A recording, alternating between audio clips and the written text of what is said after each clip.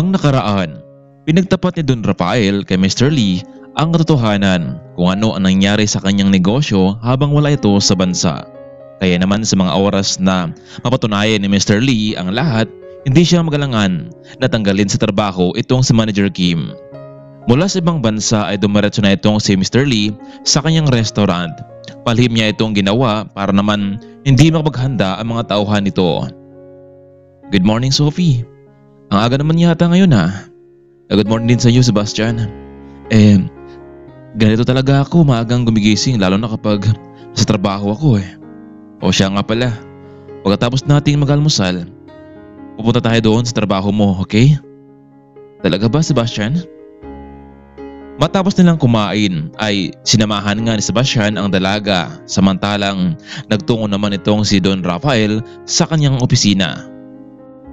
Pagdating nila Sebastian at Sophie sa may restaurant ay nabutan pa nila itong si Michelle. Nako Sophie, mabuti naman at nandito ka. Pero totoo ba ang nabalitaan ko na tinanggal ka ni Manager Kim? Oo Michelle, tinanggal niya ako kahit wala naman akong ginawang masama sa kanya. Kailangan palang mag-ingat din pala ako, baka ako rin matanggal Sophie. Pero paano ka na Sophie? Paano na mga kapatid mo? Hindi ko nga alam Michelle. Kung anong nangyari sa akin ngayon, bahala na. Pauwi ka na ba sa may boarding house mo? Oo Sophie. Pwede bang huwag ka muna umuwi Michelle? Samahan mo na ako dito kahit ilang saglit lang. Gusto kasing kausapin ni Sebastian itong si Manager Kim at pabalikin niya ako. Sige Sophie, walang problema sa akin. Sana lang pumayag itong si Manager. Marami talagang trabaho ang naghintay sa loob tapos ngayon naging kulang pa ang mga tauhan. Muling pumasok itong si Michelle kasabay ni Sebastian at Sophie. Oh, bakit kayo nandito? Hindi ba tinanggal ko na kayong dalawa sa trabaho? Mr. Kim, nakikiusap ako sa inyo. Kahit huwag na lang ako. Pabalikin niyo lamang itong si Sophie. Mas kailangan niyang trabaho dito ngayon. Ang lahat ng mga tauhan dito na pinalis ko na ay kailanman hindi na pwedeng bumalik dito. Maliwanag ba? Pero Mr. Kim, hindi ka ba natutuwa na meron namang empleyado na bumili ng mamahaling pagkain dito sa restaurant? Kahit mahal yun ay at least tinangkilik namin. Pwede ba? Kahit ubusin nyo man ang mapagkain dito sa restaurant, ang gusto ko ang masunod dito. Hindi kayo pwedeng kumain, yun ay para lang sa mga mayayaman na tao na customer. Sadali lang. Totoo ka talaga ang sinasabi sa akin. Mr. Lee? Kailan ba kayo nakauwi dito sa bansa? Ngayon lang Mr. Kim.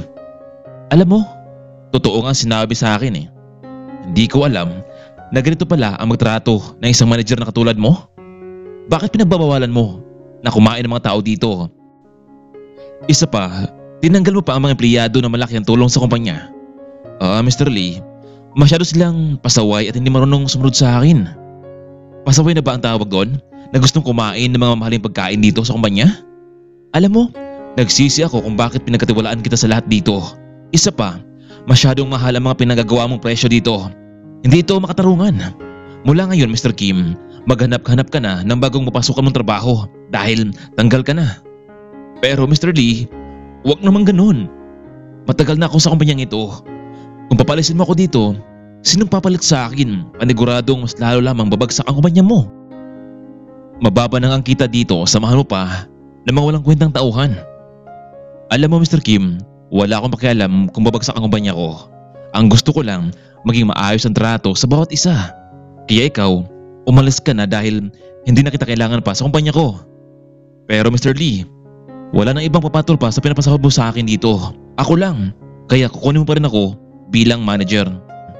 Huwag kang mag-alala, hindi mangyayari yon dahil may bago na manager na papalit sa iyo. Sino? Si Michelle ba? Na puro naman aanga-anga sa trabaho? O baka naman si Sophie? O itong lalaking dishwasher na masyadong nagmamagaling? Alam mo, si Miss Sophie Madrigal ang magiging bagong manager. Kaya ano pang hinintay mo? Umalis ka na. At talagang alis ako dito. Tingnan na lang natin isang buwan mula ngayon kung hindi babagsak ang kumpanyang ito. Tuloy na nga umalis itong si Mr. Kim. Miss Sophie Madrigal, ikaw na ang bagong manager dito mula ngayon. Congrats. Huwag kang mag-alala dahil nariyan naman si Mr. Sebastian Mondragon ang magiging katuwang mo dito sa restaurant. Siya ang apo ni Don Rafael, ang kasosyo ko sa kumpanyang ito. Nako Sophie, Manager Sophie, binabati kita. Akala ko tuluyan ka nang mawala sa trabaho eh. Makinig ang lahat. Babalik na ako sa ibang bansa pero ihabilin ko sa dalawang ito ang pamamahala at umaasa akong magiging maayos dito. Maliwanag ba? Huwag kang maglala, Mr. Lee. Parati po akong mag-update sa inyo sa mga sales natin at sisiguraduhin po namin na makikita namin ang dating sales. Tama po Mr. Lee. Maraming salamat po sa tiwala niyo sa amin. Gagawin po namin ang lahat at higit sa lahat na kayang bilhin ng simpleng mamamayan ang ating mga produkto. Okay Miss Madrigal, naniwala naman ako sa inyong dalawa sa inyong kakayahan. Mula sa araw na iyon ay bumalik na rin si Mr. Lee sa ibang bansa. Kaya naman nag-meeting ang lahat ng mga empleyado para sa pagbabago. Manager Sophie, biruin mo yung taong tinulungan mo noon sa may tulay, isa palang negosyante at higit sa lahat, kilala pala siya ni Mr. Lee. Mabuti na lang. Oo Michelle, hindi ko naman to inasahan na mangyari pero pwede bang wag mo kong tawaging Manager Sophie, parang nailang ako eh. Ano ka ba? Mula ngayon, masanay ka nang tawaging Manager Sophie. Bagay din naman sa'yo eh. Pero ito lang ha, ano kayang naisip ni Sir Sebastian kung bakit niya ginawa to sa'yo? Hindi ko rin alam, Michelle. Pero ganun pa man, nagpapasalamat ako sa kanya. What if gusto ka niya? O ginagawa niya to dahil mahal ka niya? Hindi naman siguro Michelle. Malay natin talagang willing lang siyang tumulong sa atin.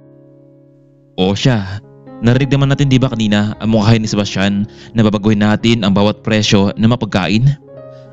Magkakaroon tayo ng eat all you can at swak na swak yun sa masa. At espesyal naman ng mga pagkain para sa mga may kaya sa buhay. Nako, mukhang magandang idea yan Manager Kim. Sige na, babalik na ako sa pwesto ko, baka tanggalin mo pa ako eh. Hindi nga sila nagkamali sa naging desisyon. Mula noong tinanggal nila si Mr. Kim ay mas lalong dumagsa ang mga bagong customer dahil sabot kaya ang presyo ng kanilang mga pagkain. Labis naman ang saya ni Mr. Lee sa naging takbo ng negosyo nito at dahil doon ay mas malaki ang ipinadala ni Sophie sa kanyang mga magulang. Lumipas ng ilang buwan dahil madalas na magsama sina Sebastian at Sophie ay hindi nila inasahan na mahulog ang loob nila sa bawat isa. Sophie, wala ka bang gagawin dito after duty natin? Wala naman Sebastian, bakit? Kung okay lang sana sa'yo, gusto sana kitang makausap ng sarilinan. Ano ba yun Sebastian? Alam mo, wala na akong pakialam kung magagalit ka sa akin. Mabuti na to kaysa naman ay nililihim sa'yo, hindi ba? Gusto kita Sophie. Ha? Ako? Gusto mo? Bakit? Wala. Yun yung naramdaman ko sa'yo. Pilit ko mang itago sa'yo pero wala eh. The more na nakikita kita, the more na magkasama tayo sa trabaho, mas dalong nahulog ang loob ko sa'yo. Pero paano si Lorraine? Si Lorraine? Mula noong niloko niya ako, nabaltaan ko na lamang na nagtungo tayo sa ibang bansa. Kasama ng lalaking yun. Ano? May pag-aasa ba ako sa'yo? Ang totoo Sebastian, sino ba naman ang hindi magagusto sa'yo? Isang gwapo, mabilidad, kaya oo, may pag-asa ka sa akin. Nako, kung ganun Sophie, pwede ba kitang maligawan? Ikaw ang bahala, pero kung sakaling sasagutin kita, sana wag mo akong sasaktan Sebastian. Sophie, yes of course. Alagaan kita, mamahalin kita. Ilang linggo ang nakalipas dahil sa napatunayan ni Sophie ang lahat kaya naman ay sinagot na niya tuluyan itong si Sebastian. Samantalang labis naman ang siyang naramdaman nitong si Rafael. Sa wakas ay magkakaroon na ng totoong girlfriend itong si Sebastian na hindi siya lulukohin. Ibinalita naman ni Sophie sa kanyang mga magulang ang relasyon nila ni Sebastian. Wala namang naging pagtutol ang pamilya. Masaya pa nga ang mga ito. Bagamat nagkatuluyan na nga silang dalawa pero magpapakasal sila sa oras na matapos na ang pag-aaral sa dalawang kapatid nitong si Sophie. Wala namang naging problema para kay Sebastian. Maghintay ito sa tamang panahon. Minsan, ang pagtulong sa kapwa, ito pa ang magiging dahilan upang magbago ang takbo ng iyong buhay. Pagbabago na hindi mo lubusang inaasahan. Hanggang dito na lamang muna kaibigan. Labis po akong nagpapasalamat sa inyong walang sawang pagsuporta sa ating channel.